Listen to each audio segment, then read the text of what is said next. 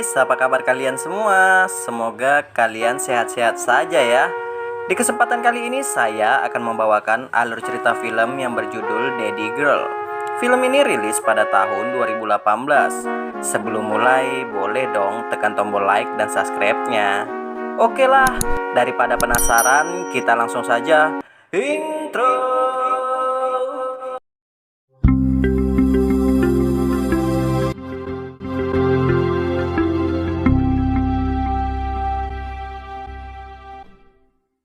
Di awal film kita akan diperlihatkan Zoe dan John. Sedikit informasi, John ini adalah ayah tirinya Zoe. Saat ini mereka sedang pergi menuju ke sebuah bar.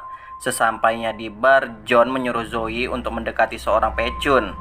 Beberapa saat kemudian Zoe pun mulai mendekati seorang pecun. Pecun itu bernama Stacy. Singkat waktu akhirnya Stacy pun disewa oleh John. Dan John pun membawa Stacy ke rumahnya. Sesampainya di rumah, Stacy diajak John untuk masuk ke sebuah ruangan.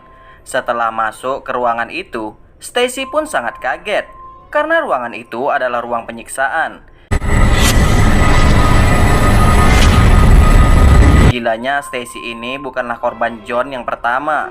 Keesokan harinya kita akan diperlihatkan seorang wanita yang bernama Jennifer sedang mencari sebuah tumpangan. Syukurnya ada seorang pria yang bernama Scott bersedia memberikan Jennifer tumpangan. Sedikit informasi, Scott ini merupakan seorang sheriff. Saat ini Scott sedang menangani kasusnya banyak wanita yang hilang. Di saat yang bersamaan, Zoe mendatangi Stacy.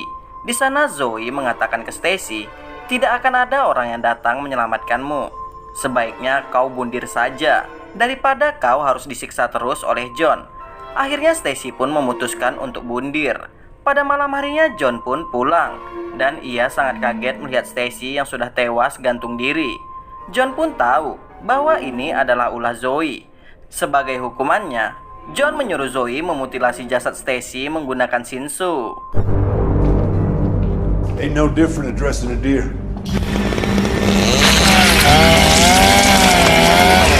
Keesokan harinya Scott sangat pusing karena ia belum mendapat petunjuk mengenai gadis-gadis yang hilang.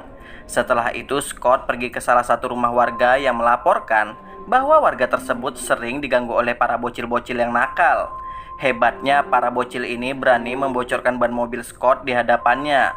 Karena hal itu Scott pun harus berjalan kaki untuk mencari bengkel terdekat. Hingga pada akhirnya Scott pun sampai di bengkel milik John. Setelah itu John pun menderek mobil Scott. Saat di mobil, Scott sangat tertarik melihat tato di tangan John. John pun mengatakan, aku mendapatkan tato ini saat pulang dari Irak. Ternyata John ini merupakan mantan marinir. Dan yang lebih mengejutkan lagi, ternyata Scott juga mantan marinir. Dan Scott pernah bertugas juga di Irak. Mulai dari sinilah Scott menaruh curiga kepada John. Sesampainya di kantor, Scott menanyakan soal John ke atasannya. Atasannya pun menjawab, John sudah tinggal di kota ini sekitar 5 tahun. Dulunya ia tinggal di desa bersama istrinya.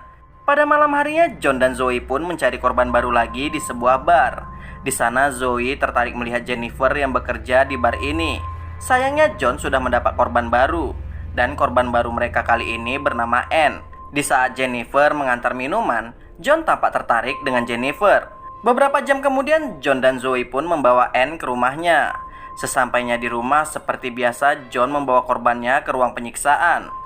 Di saat yang bersamaan, Scott mulai mencari data-data John. Di sana Scott menemukan sebuah flash disk. Karena hal itu Scott pun langsung mengecek isi flash disk itu. Kembali ke John. Saat ini John mulai menyiksa dan memperkaos Anne. Dan Zoe mengintip melalui celah pintu. Friendly wake up call.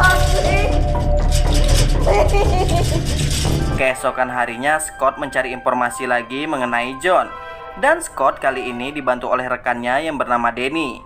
Ternyata John ini dipecat dari militer karena ia sering membuat pelanggaran.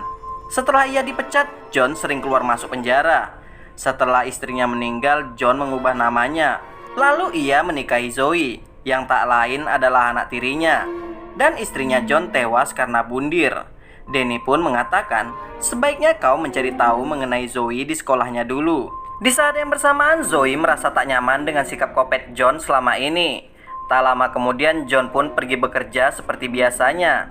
Setelah kepergian John, Zoe memutuskan untuk menemui Jennifer.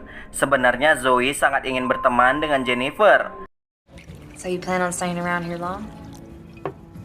I don't plan. Namun tak lama kemudian John datang menjemput Zoe. Sesampainya di rumah, John menyiksa Anne lagi. Struggle, sisters and claws.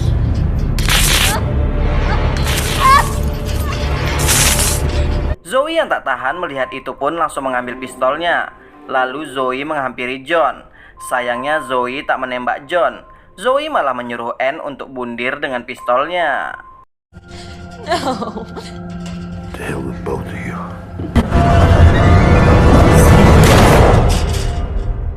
Sementara itu Scott saat ini sudah sampai di sekolah Zoe dulu. Di sana Scott menemukan foto Zoe saat masih sekolah. Kepala sekolah ini pun mengatakan bahwa anak ini bernama Chloe. Keesokan harinya Zoe merasa sangat stres.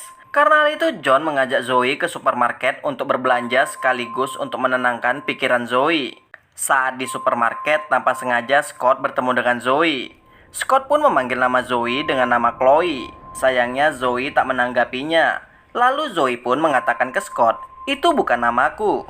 Setelah itu Zoe pun meninggalkan Scott. Saat akan pulang, John marah. Karena John pasti tahu saat ini Scott mulai curiga dengannya. Dengan gercep, Zoe pun menenangkan John. Pada malam harinya, John dan Zoe mantap-mantap. Setelah mantap-mantap, John dan Zoe pun pergi ke bar untuk mencari korban baru. Dan di bar itu mereka berdua bertemu dengan Jennifer yang kebetulan sedang tidak bekerja. Tak berselang lama, John pergi membeli minuman. Pada saat inilah Zoe memperingati Jennifer agar menjauhi John.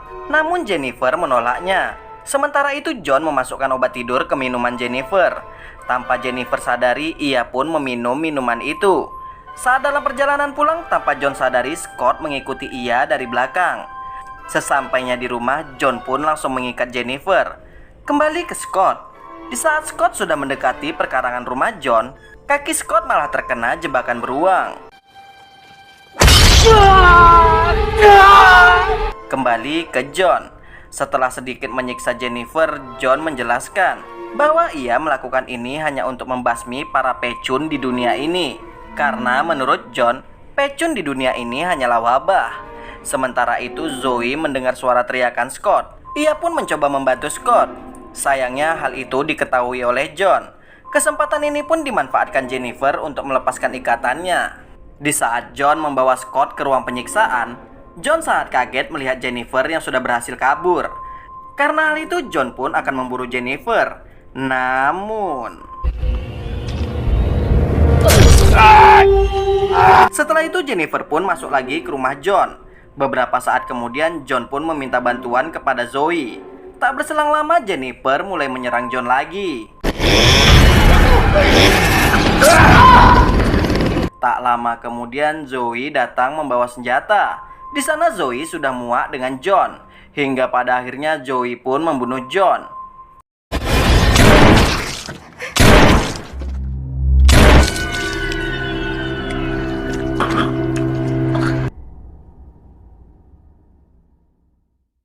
Beberapa hari kemudian Zoe memutuskan untuk bundir. Namun ia mengurungkan niatnya itu. Di sini akhir kita akan diperlihatkan Zoe dan Jennifer memutuskan untuk memburu para pria hidung belang. No one's coming to save you.